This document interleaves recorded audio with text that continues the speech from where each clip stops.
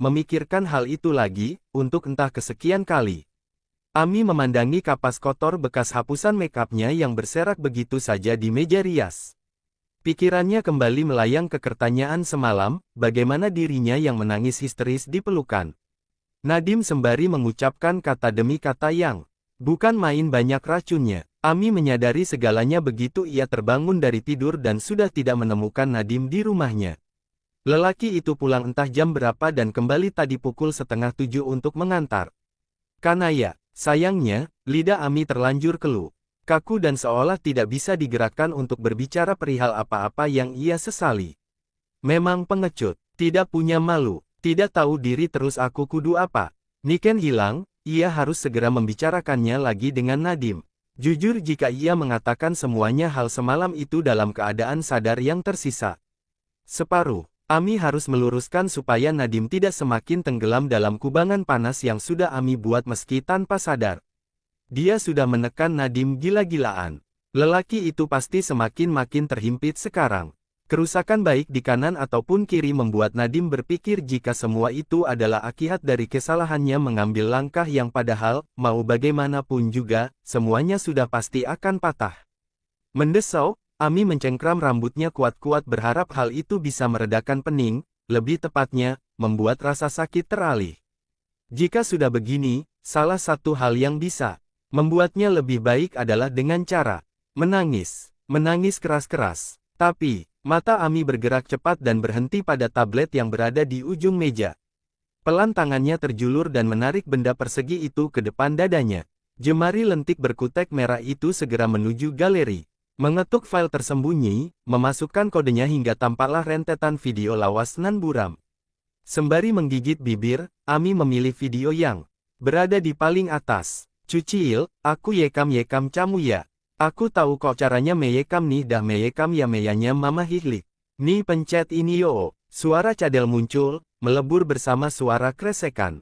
Kamera bergoyang, menandakan betapa amatir tangan gendut yang dulu memegang dan mengarahkan.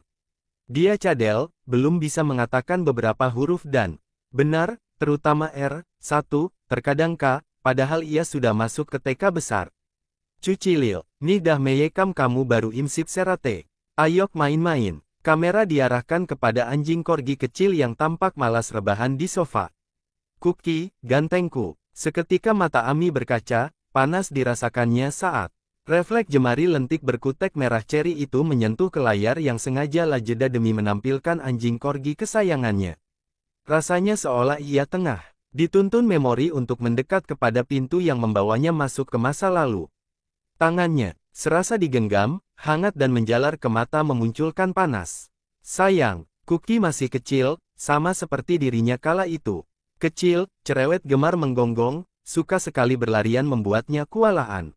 Cuci gateng hayuk maliin. Sang korgi bangun mendadak, berlari cepat yang memunculkan kiki melengking dari bocah gendut yang tadinya memanggil-manggil. Hihil kliwi gak mau aku dijiati. Gak mau, caciti ayo main aja yuono. Tak lama kemudian, Kiki cempreng diinterupsi oleh suara orang dewasa. Ngapain kamu itu pakai kameranya mama? Meyekam cuci. Mana ayok yekam aku ya mama pas main-main. Ayok mama yekam aku main sama. Cucili, ayok mama. Karena Ami tidak pernah direkam bersama Kuki. Meski ingin sekali, setiap kali meminta, mama akan menjawab nanti-nanti. Beralasan jika Ami sedang pakai baju jelek, lah. Mama sibuk, lah. Ami belum mandi, lah. Tapi bahkan saat Ami sudah bersiap dahulu dengan menyisir rambut dan memakai baju hagus, mama tetap saja beralasan. Kala itu, katanya, nanti memorinya penuh. Jadi Ami hanya bisa merekam reklam seorang diri yang tentu saja di hari berikutnya akan dihapus oleh sang mama dengan alasan rekaman itu cuma akan memenuhi memori. Mama ayok mama, kala itu seperti biasanya, mama entah akan pergi kemana. Yang pasti dandanannya selalu cantik, rambutnya yang coklat terang nan tebal juga keriting dibiarkan terurai mengembang dengan bandana putih yang menghiasi, lipstiknya merah, gaunnya membentuk tubuh, sepaha, merah seterang bibirnya. Alisnya tipis melengkung kecil dan pasti persis seperti milik selebriti yang trendy di zaman itu. Dan seperti biasa pula, main sama Kuki, mama mau pergi. Mama mau ye mana? Kamera kembali bergoyang. Tarida jika si pemegang tengah berdiri lalu berlari kecil. Samar-samar dari jarak beberapa meter terlihat kaki jenjang nan putih sang mama tengah. Berusaha menaiki heels yang dahulu sering Ami pakai diam-diam. Cantik, tinggi, bertali dan berwarna silver. Diam-diam Ami kerap memakainya dan membayangkan jika ia adalah seorang putri yang ketika besar nanti akan sama cantiknya dengan mama. Mama Peggy, mama kerja, kamu sama Cookie. Di dapur ada ayam goreng buat makan.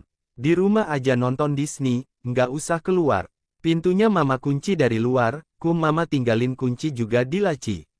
Jangan bandel, kamera kini merekam di bawah, tepat pada kali Ami yang gemuk dengan plester yang melingkar di ibu jari kaki kanan.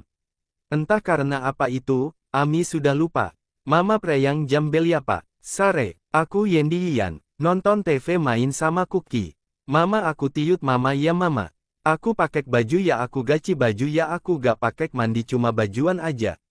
Bentai ya mama, bentai aku gaci baju dutiu mamat bentanai mama juga aku ya mamana.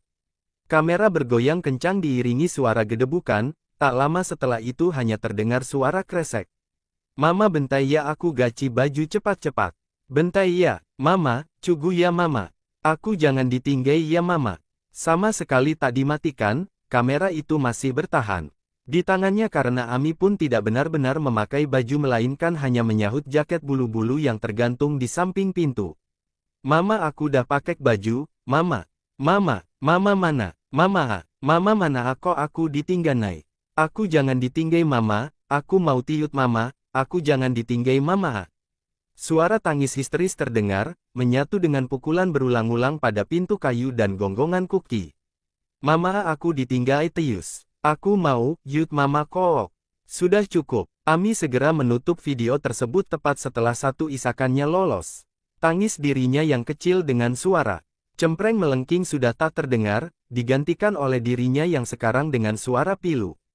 Di saat jutaan orang lain akan tersenyum, sumringah saat melihat rekaman ulang masa kecil mereka, mengapa Ami harus menjadi pengecualian? Katanya, tidak akan ada orang kaya tanpa orang miskin, tidak ada orang baik tanpa orang jahat, tidak ada orang bahagia tanpa orang sakit dan mengapa harus Ami?